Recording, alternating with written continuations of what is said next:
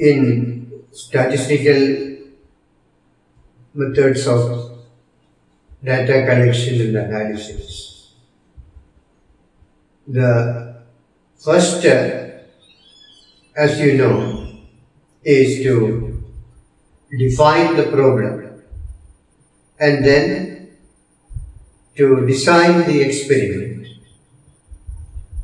and after that collecting data from different units of the population, either by a complete enumeration survey or by sampling. And then the next process is organizing the data, organizing the statistical data, organization of the statistical data that you have collected. And organization of statistical data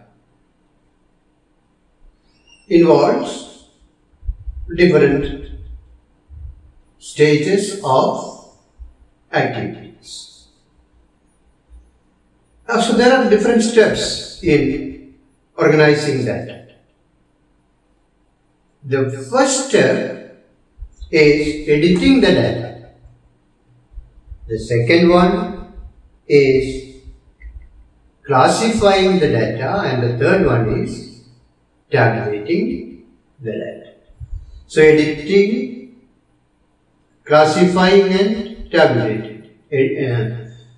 Editing, classification and tabulation, you can say. So editing is the first step. The first step involves removing the discrepancies present or that may be present in the data that have been collected. Maybe some data sheets are incomplete, then you have to visit the units of data collection again and complete the information, or in very rare cases even you may have to remove some sheets for very evident reasons. If it is a non-random sampling process that you have adopted. So, editing is the making of the data sheets or the information sheets perfect. And after editing, you have to proceed for further studies on the data collected. So that step, the step in organization of data after editing, is known as classification of data. And in classification, data are arranged and rearranged based on different aspects. Maybe sometimes you are arranging the data chronologically based on the time of occurrence of the events, or you may be classifying the data based on the major properties of the units of the population. Maybe if the data are collected from a human population, maybe you are classifying the data based on the gender of the organism, of the individuals, age of the individuals, education of the individuals, social situation of the individuals, etc.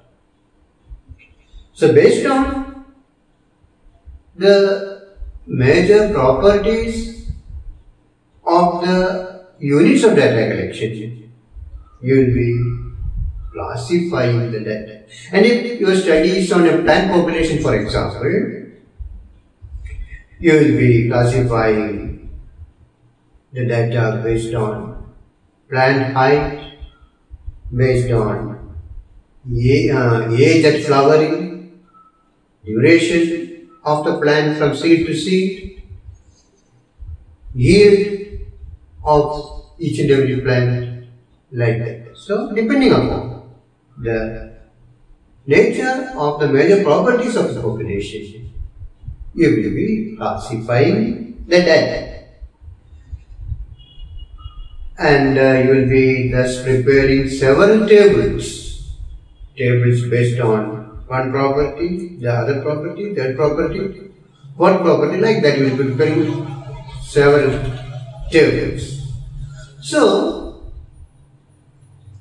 tabulation is actually the step after classification. In organizing data, there are three major steps: editing the data, then classifying the data, and then tabulating the data. So now we have reached the stage of tabulation. And tabulation is the preparation of statistical tables in which all the information of your data are available. And for tabulation and classification, you use different strategies as mentioned earlier. Maybe you are classifying them chronologically, or maybe you are, so that is chronological classification. And there is geographical classification, in which you are classifying data based on the geographical region of occurrence. Geographical region of occurrence. Maybe if you are studying a state, a particular state, you can classify data to that belonging to different districts of the state, like that. Then the next type of classification is qualitative classification, in which you are classifying data based on certain qualities. For example, you are classifying based on blood group of human beings, based on color of flowers, etc. So that is based on quality, certain particular qualities you are classifying. And then comes quantitative classification, in which you are classifying measurable characters, characters that are measurable using a metric scales, for example. Plant height, height of human beings, height of an animal, if you are dealing with animals, for example, weight of fruits, or the number of fruits on a tree, like that. If you are classifying quantitative characters that can be counted or that can be measured, you are using quantitative classification. And as mentioned in the beginning, sometimes you will be using certain conventional criteria for classification, in which you are classifying, for example, if it is a human population, conventional classification means classification of human beings into male, female, and others. There you see, in the first or the first class is that of males, second is that of females, and the third is that of others. And there is no particular reason for recording the number of males first, females second, others third. But that's a convention. That's a general practice that is being followed. So if you are using such a pattern, such a sequence of characters, for example, maybe in some countries, if one region may be the majority region, then the name of the majority region is given first, then the next one, and the third one like that. So that is conventional classification. So based on any of these criteria, depending upon the nature of the character, you will be classifying the data. And evidently, as a result of classification, you get tables. And there are different types of tables. Mainly, you can classify tables into two types. The major two types of tables are tables of time series and tables of frequency distribution. And in a table of time series, events are recorded, classified based on the time of occurrence. Here you can see one example. This is a table of time series in which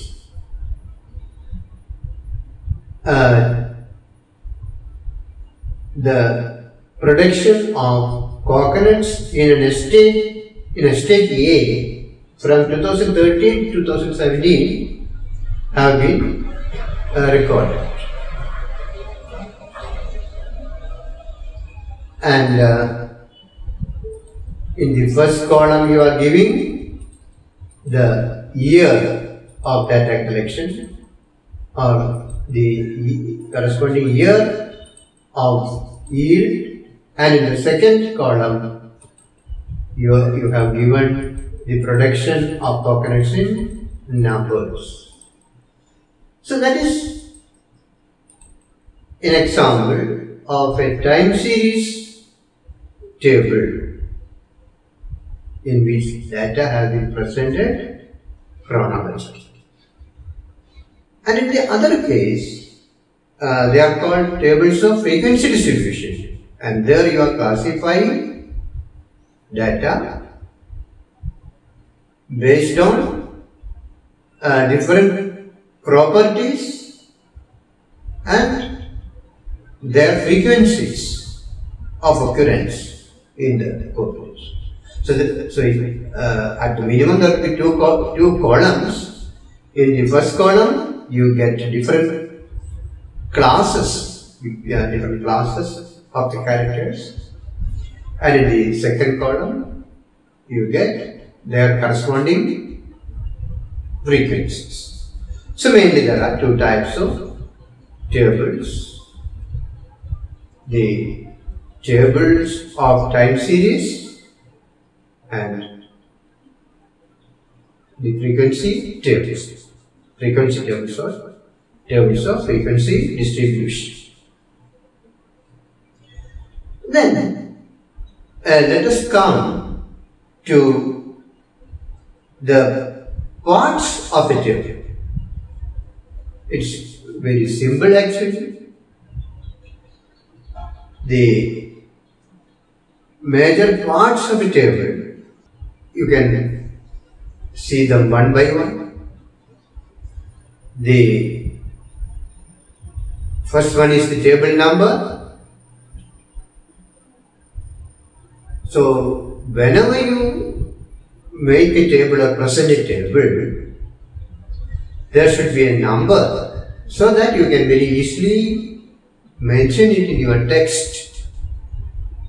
Table number 1, table number 2, like that. Then the table number is followed by a title of the table. So table number and title should be given to each and every table. And next comes the remaining part of the table in the tabular form. And the table, as you know, is divided into a number of columns based on the number of characters or based on the number of variables like that. And there are a number of rows also. So based on the nature of the character, you are giving, or there will be several columns and rows in the table. And each column is given a heading and it is called caption. The heading of each column, you can call it a caption. And each row also will be having a heading, and row headings, row designations are known as stubs. So the caption is the heading of the column and stub is the heading of the row. So each and every table will be having a caption, several columns and rows, and each row will be having a stub and each column will be having a caption. And at the or below the table, if you want to record anything specifically, any property of the table specifically, you can use a footnote. And in some cases, you can use a headnote also if you want to give further details that are not included in the table heading. You can use headnotes. So a table will be thus having table number, name of the table or title of the table, several columns and rows, each column with a caption and each row with a stub. And a table may have, in some cases, it may have headnotes and footnotes. So those are the major parts of a table. And as I mentioned earlier, there are two types of tables. Tables of time series, in which you are presenting data chronologically, and such a table you have already seen. And the next type of tables are known as tables of frequency distribution or frequency tables. Tables of frequency distribution or frequency tables. And it will be having, a frequency table will be having two parts. Of course, it will be having a table name, table number, table name, etc. Maybe there is a headnote or a footnote, and it will be having a frequency table will be having two columns, two major columns. Maybe there are subdivisions, but the first column is to show the names of the classes into which you are going to divide the individuals, the organisms from which you have collected data. So the first column is for classes and the second column is for their corresponding frequencies. So, class and frequency. And you see, there are usually two types of frequency tables: discrete frequency tables and continuous frequency tables. You can see in nature, there are discrete events occurring and there are continuous events occurring. Certain events you can very easily divide into quality classes. Red flower, white flower, red flower, pink flower, white flower. Maybe like that. Or when you are tossing a die, 1, 2, 3, 4, 5, 6. Or if you are tossing a coin, head, tail. So those are discrete frequency classes.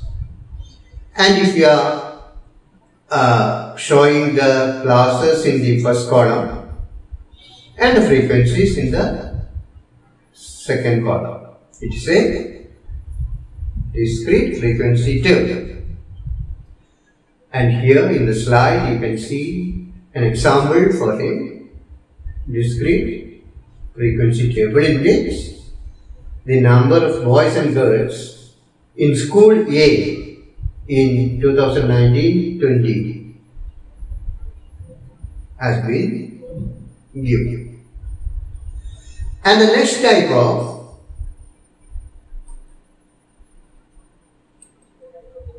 frequency distribution or the next type of frequency table is a table of continuous frequency table, continuous frequency distribution, or it is a table of, it is a continuous frequency table. So some of the variables are discrete variables, and it's not the case of all the variables. For example, if it is height of human beings, weight of fruits, like that. You cannot classify them into weightless with weight like that. The only way is to classify them into different weight classes. For example, 30 kg to 40 kg, 40 kg to 50 kg, 50 kg to 60 kg, 60 kg to 70 kg, like that. So such a variable is a continuous variable which you are classifying into a number of frequency classes, and then based on your classification you will be including the corresponding frequencies in the second column. And the usual practice that is followed is, if it is a class 50 to 60 for example, the value of 50, the number of organisms with 50 kg weight is given in that row, and the number of organisms with 60 kg of weight is given in the next row. So in the row which shows 50 to 60, you are giving the value of 50 and then all the values up to that of 6, all the numbers, all the frequencies up to 60. The 60 is not included there. 60 to 70 is the next class. There you include an individual with 60 kg of weight, or 60, or a plant that produces 60 fruits a year, like that. So there will be 70 is given in the next class, 70 to 80, 80 is given in the next class, like that. So the method that is usually followed is upper limit exclusive method. So each frequency class in the case of a continuous frequency distribution will be having an upper limit and a lower limit. In the case of a class with 50 to 60, you are usually including the values or the number of organisms with 50 kg of weight or with 50 number of fruits, but you are not including 60 in that. The number of plants or individuals with 60 fruits or 60 kg weight like that is given in the 60 to 70 class. Like that, 70 to 80, in 70 to 80, the number of individuals with the value 70 is given and 80 is not given, and 80 is given in the next class. And so you see here, 50 is the lower limit of that class and of the 50 to 60 class, and 60 is the upper limit of the 50 to 60 class. And always here you are including the value of the lower limit and not that of the upper limit. The value, the upper limit becomes the lower limit of the next class, and that is given then. So each class will be having a lower limit and an upper limit. The value of the lower limit is given in that class, and that of the upper limit is given in the next class. And this type of classification is the most widely followed one in attributing the frequencies to different frequency classes. And this method is known as the upper limit exclusive method. So a frequency class in continuous frequency distribution will be having an upper limit, a lower limit and an upper limit, and there is a difference between the lower limit and upper limit. Here 50 to 60, if it is a class, 50 to 60 there is a range, there is a difference, and 60 minus 50 is equal to 10, and that is known as class interval. So each class will be having a class interval. So in continuous frequency distribution, each frequency class will be having a lower limit, an upper limit, and a class interval. And you will be fixing an appropriate class interval based upon the nature of your experiment, based on the spread of your data. And the most widely used pattern of classification is the upper limit exclusive classification. Of course, there are other systems of classification where you include the upper limit, or you adopt other methods, which are such classifications are a little complicated and they are used for other special reasons. And the most widely used one is the upper limit exclusive method. So you have now classified data into different frequency classes, and the corresponding frequencies have been given, and to calculate, to find out the number of frequencies belonging to each particular class, you have to count them, and if you are a beginner, you can use the cross-tally method, which you might have studied in the high school classes. And here I am showing examples of two frequency tables.